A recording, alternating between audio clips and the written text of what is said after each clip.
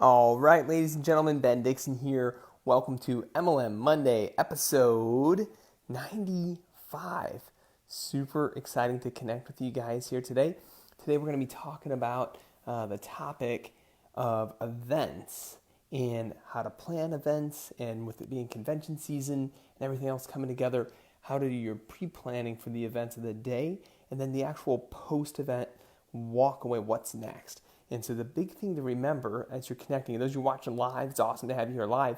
You can comment in below watching live. If you're watching on replay, comment in watching on replay. So a cool piece for us to connect on when you're talking about events, and a big piece to take a look at, is not only the experience you're going to have at the event, but what you expect to happen afterwards. A lot of people really miss this part, in the sense that if they're putting together the event, they try and jam so much into the event that the experience of the event can be bad. There's a lot of people talk about that, of just where there can be too much at an event. But then it's really about the follow-up of what's next. Because you got to remember, habits don't change in a day. New results don't, it's not the one day piece that changes everything for people in their life. It's the every single day piece. It's the things that become habits, that become part of their daily routine, that change everything for people in the space. So when you're looking at convention season and putting together your events, of course you want to be really specific with your speakers, your time slots, how it's organized, what you've prepared for each of those pieces. As the person who's the organizer of the event, you want to review all the things that are going to be presented beforehand.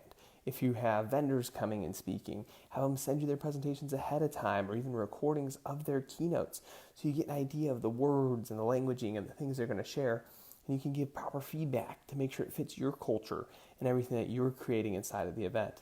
But bigger than that, the piece we want to touch on is, with convention season coming up and everything you're doing, whether you have a team and you're building a group and you're looking to do your best, or possibly you have you're running your own direct sales company, you want to take a look at what you can do post-event that's going to make a big difference. So what I mean by that is, you want to go ahead and take a look at what are the action steps you want someone who's at the end of the event, after the event, to take on and do, right? So many times people might have a new weekly schedule of events, or they'll have a whole bunch of actual post-event activities that people can be a part of. So a good example is at your event. And with that topic, you might only have 20 minutes to cover it at the event, but you really wish you had an hour. So the best thing to do is go ahead and cover that for those 15, 18 minutes, and then invite people to register for a webinar later that next week to be a part of that topic for the full hour, right? Or you possibly have an activity that's a challenge, where you want somebody to do something for X number of days after the event, or be a part of, inviting 5 people a day for the next 5 days, or 10 people a day for the next 10 days, whatever it is that your challenge is of action. You want to have some real places of accountability. So show them how that'll work. Say, hey, we're going to be tracking that right here in our system, and we're going to be announcing the people who have accomplished that on our call in 2 weeks, right? So put some methods in place of saying, hey, how will we actually follow up on the actions we want to do?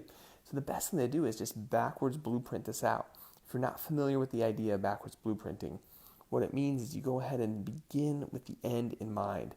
So you go ahead and think about all the things you want to do to get people at post-event, what habits you want them to have, what you want to do. Maybe you're building a new market for them. Maybe you're helping them get to a certain rank. You might say, okay, rank number 3 in our programs, the pivotal rank people are at, I want 100 people to go get to rank 3 because of this event.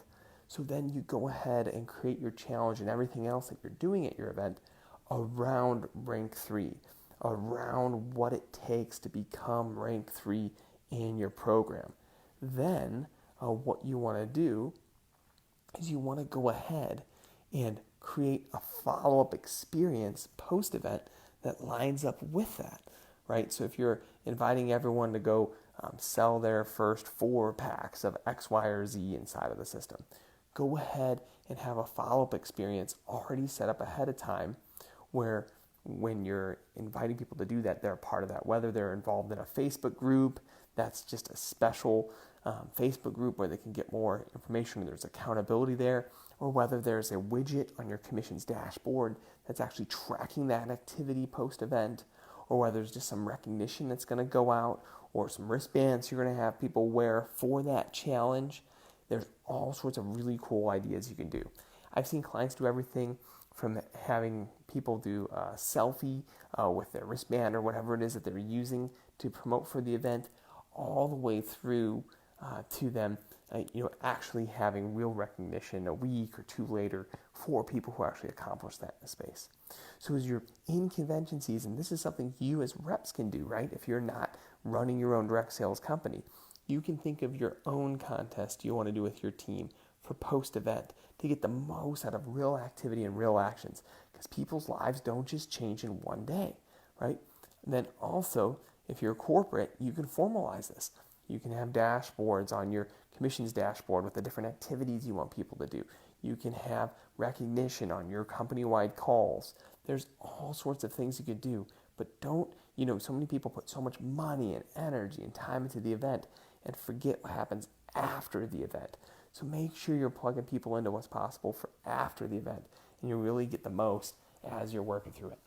I want to thank you so much for checking out MLM Monday today. It's awesome to be with you. Looking forward to connecting with each and every single one of you soon. We'll talk with you then. Bye for now.